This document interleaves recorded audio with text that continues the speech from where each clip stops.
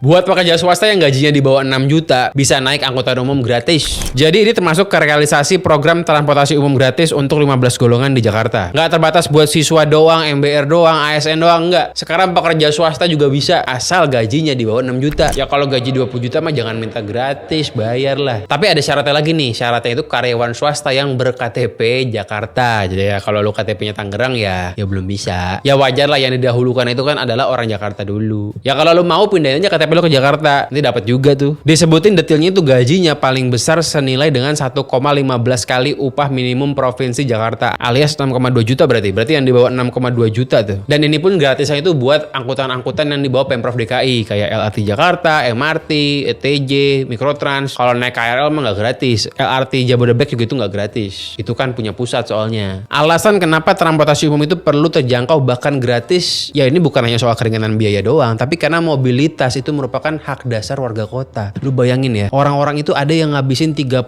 pendapatannya sebulan buat ongkos pulang pergi doang. Bayangin gaji 5 juta nih, lu habisin 1,5 juta buat ongkos bolak-balik doang, kan jadi kesian gitu. Bukan soal kesian apa-apa ya, kesian ke perekonomian juga. Mendingan kan duit 1,5 juta itu lo spend ke UMKM gitu, lo spend ke restoran, itu kan lebih mantap. Ya selama ini orang bilang naik motor itu lebih murah dibanding naik Transum. Jangan salah juga, lu perlu hitung juga tuh biaya servis motor lu, bensin motor lu, dan jangan lupa biaya stresnya. Kalau gue sih mendingan naik Transum ya, apalagi kalau lu dapat Transum gratis ya mendingan naik Transum. Memang kadang-kadang sesak banget, tapi ya kalau gue sih kalau MRT oke banget lah, masih oke lah. LRT Jakarta pun nanti gue yakin oke tuh. Ya ini bagus, ini kan merupakan kebijakan pool, kebijakan untuk menarik orang yang tadinya belum naik Transum karena dikasih gratis jadi naik Transum. Tapi harus juga diimbangi dengan kebijakan pushnya nih. Jadi ya kalau emang Transumnya udah dikasih gratis dan Transumnya juga pelan-pelan diperbaiki nih, di koridor yang memang Transumnya itu udah bagus, harusnya dikasih kebijakan push juga, dipaksa buat meninggalkan kendaraan pribadi. Dengan cara apa? Naikin biaya parkiran supaya dia ninggalin mobilnya, nggak bawa mobilnya ke kantor karena nggak bisa bayar parkir kemahalan. Atau bikin road pricing, kalau masuk ke jalan